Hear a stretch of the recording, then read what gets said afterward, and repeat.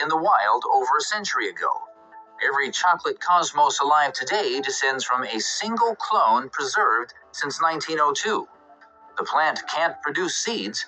It exists only through careful root division, making it one of horticulture's most precious survivors. The pincushion protea doesn't just bloom, it detonates into a perfect sphere of color. Dozens of curved styles radiate outward like a frozen firework, each tipped in pollen that catches light like gold dust. Colors range from vibrant orange to coral and deep crimson, with blooms measuring 4 to 6 inches across. Individual flowers last 2 weeks on the plant and maintain structure even longer when cut. Use them in arrangements where longevity matters. Native to South Africa's Fynbos region, these evolved in nutrient-poor soils under punishing sun. The pins are actually long stalks. It's so exciting and entertaining, you can do it too using your phone. Try to create your 3D clothes now. Designed to brush against sunbirds, the plant's primary pollinators. They're built for hard. Watch me create this 3D outfit. It's so exciting and entertaining, you can do it too using your phone. Try to create your 3D clothes now, tap to learn more.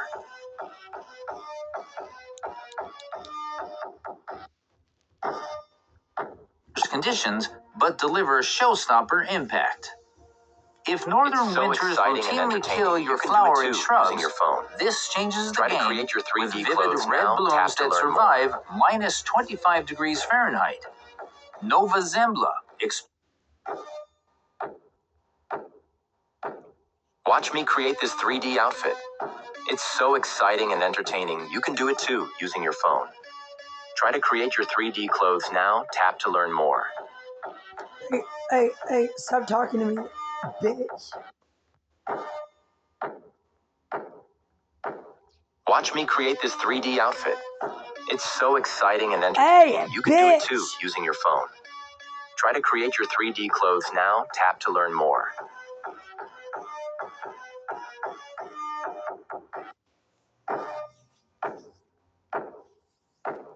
Watch me create this 3D outfit. It's so exciting and entertaining, you can do it too using your phone. Try to create your 3D clothes now, tap to learn more.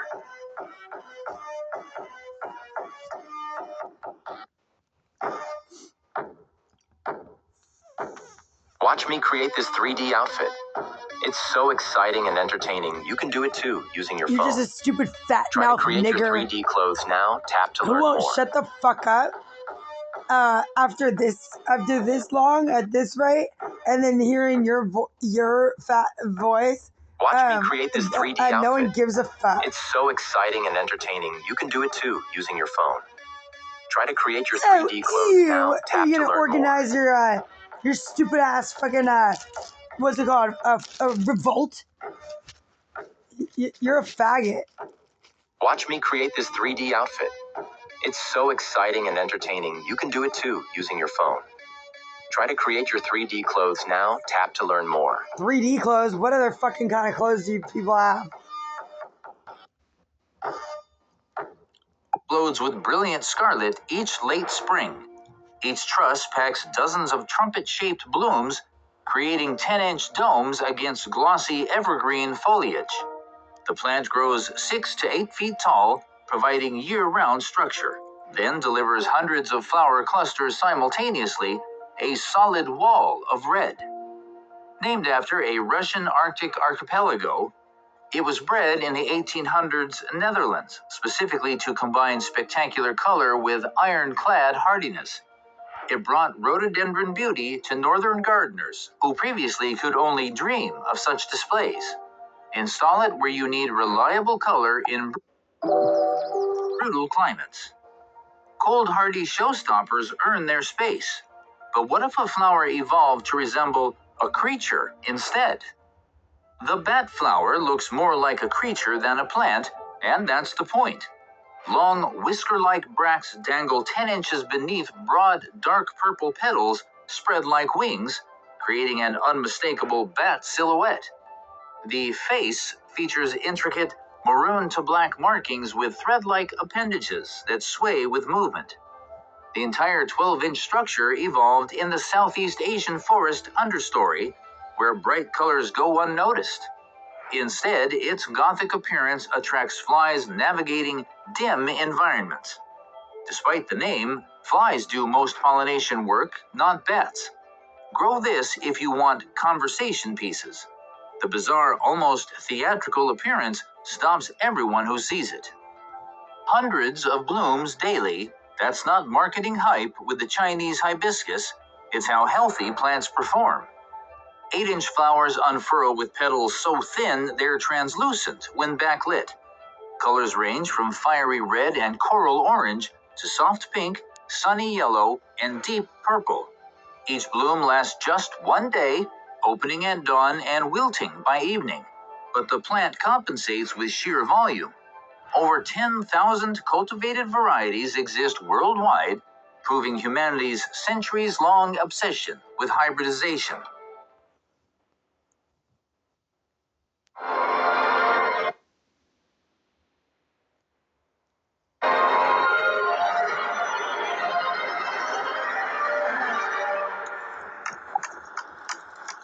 Most of the movie is shot in a way that we're trying to be with the cat the whole time and feel their emotions and to be with them. And we thought that on that first moment where he's stepping out of the train, we wanted to kind of like not cut and just to be with him and follow him until he like sees the fire in the distance, to feel the chaos with him. That obviously helped also with like the amount of people we had, because we didn't have a lot of extras and we couldn't populate that place a lot. Then we could choreograph everything in a way that felt more chaotic. And we had like the horses and the car passing by, a lot of like other people running around. And there's something fun about shooting things as a wanderer, that you don't cut and you just like go with it, and everything needs to work at the same time. And the ballet of like everybody moving around. There's actually a guy that hits the camera and was amazing, because actually when we were shooting I was like, oh my god, the guy ruined the take. But when I watched the playback I was, no, that's perfect actually, helps with the whole sensation. And I feel like we were super lucky, because again it's just natural light, and that's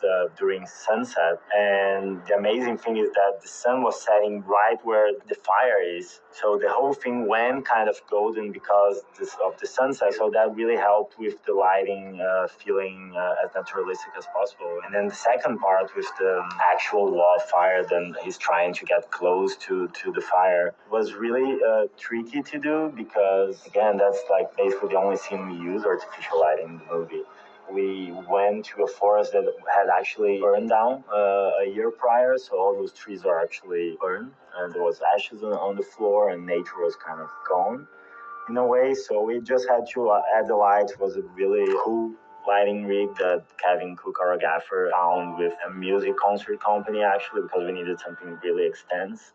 And some of those fires in the foreground are real. SFX department just had those real fires in the foreground, and then a lot of smoke, sparkles, and combination of things that when we were actually shooting it, sometimes it felt really real and scary in a way. It felt like it was a real fire. And I feel like that also helped with feeling it as real as possible for Joe and for everybody to get into the mood of a very scary scene. Hi, Kevin. Yeah, that was really cathartic to shoot in a way, because, first of all, that cabin was beautiful. It was 100% practical, built on location, and we kind of all wanted to move to that cabin and live there in a way, but we had to burn it. Once the cabin starts burning, you don't have a lot of time, and there's no take two, because that's it. So we made sure we had a few angles prepped, and like a dolly in a place, a dolly in another place, a slider, one camera with a zoom lens. So we would just move from one shot to the other to make sure we had all the angles we wanted with the house burning, so like different stages of the house burning. But that was very, very cathartic to shoot and to say goodbye to the cabin that we kind of lived magical moments.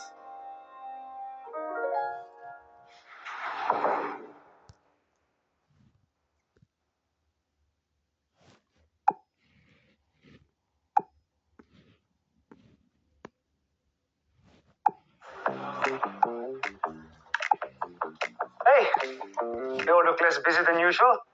What's up?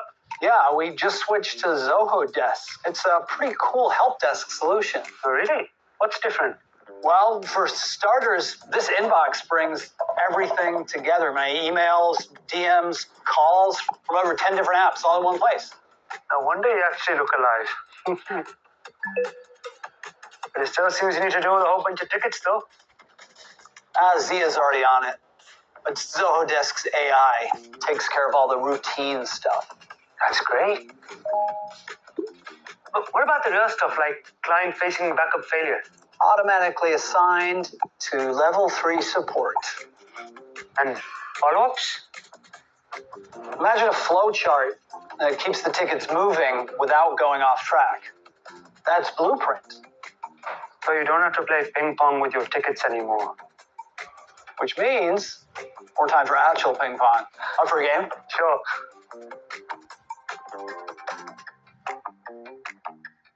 Run your business on Zoho. Cultivated in Chinese gardens for over 1,000 years, it symbolizes fame and delicate beauty. Use it where you want constant color in warm climates. The daily turnover means fresh blooms continuously replace faded ones. Daily production impresses, but what about a flower that grows taller than a person? If you think your garden has dramatic moments, consider a flower that towers 10 feet high, weighs 200 pounds, and reeks of rotting flesh.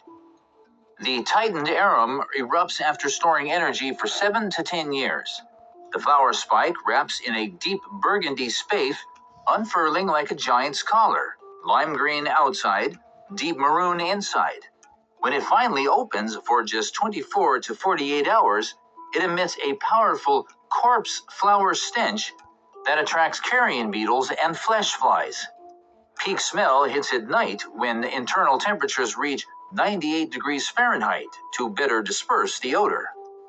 Rooted in Sumatran rainforests, this isn't something you casually grow at home, but botanical gardens worldwide track blooming schedules because the spectacle and smell draw massive crowds.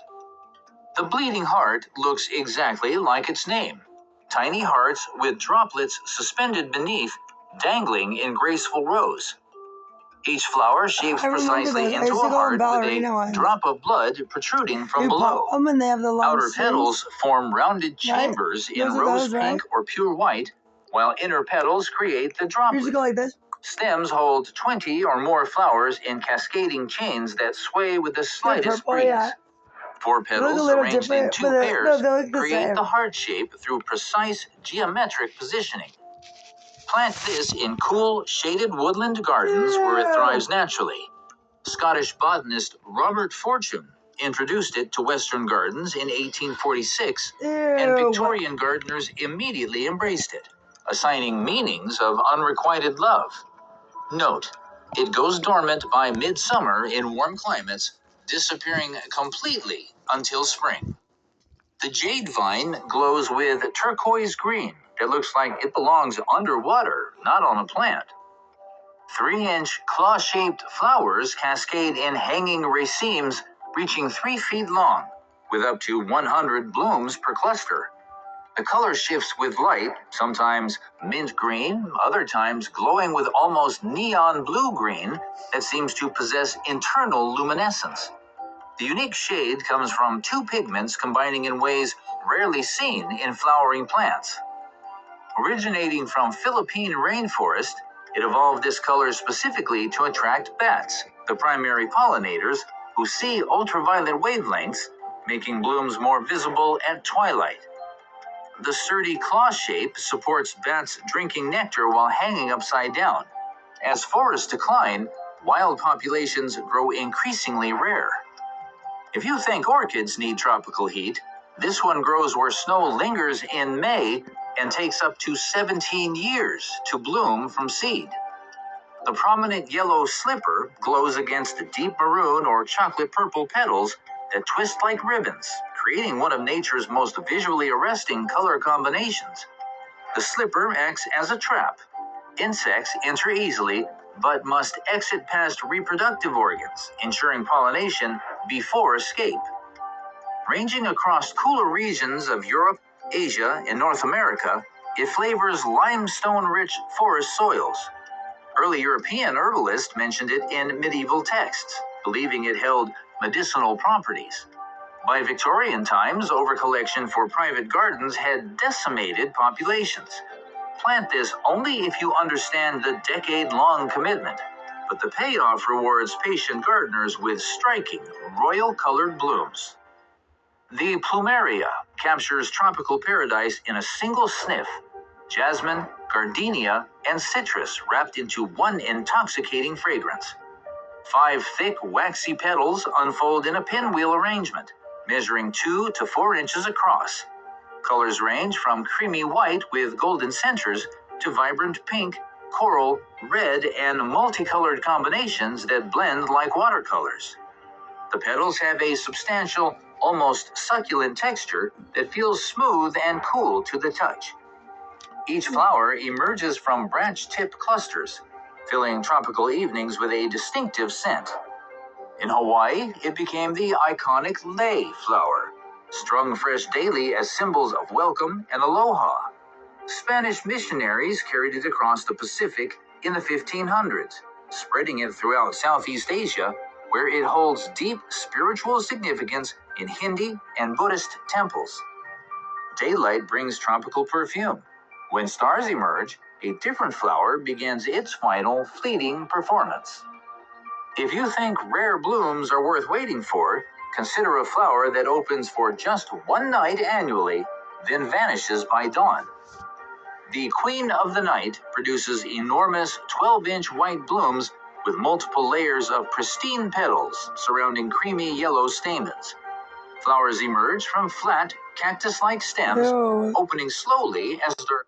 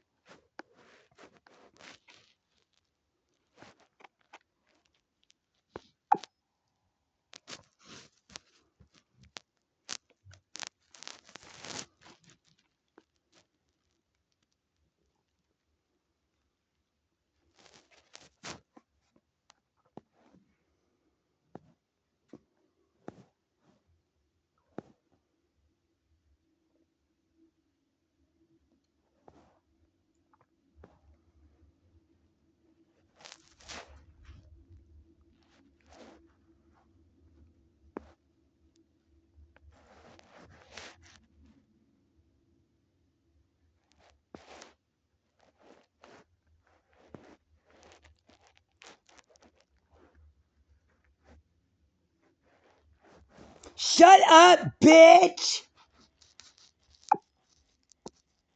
Oh, you think it's funny? Oh my god. Finally, you think something about yourself that makes you happy.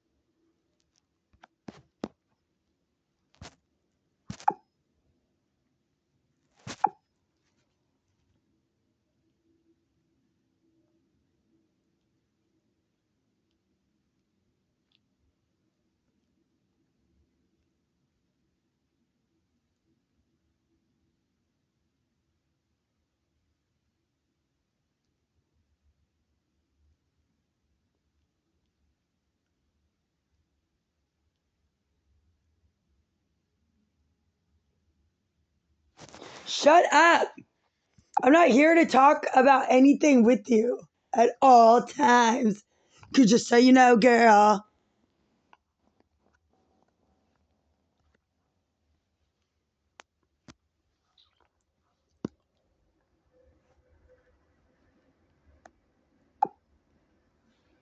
Oh, what's up? What?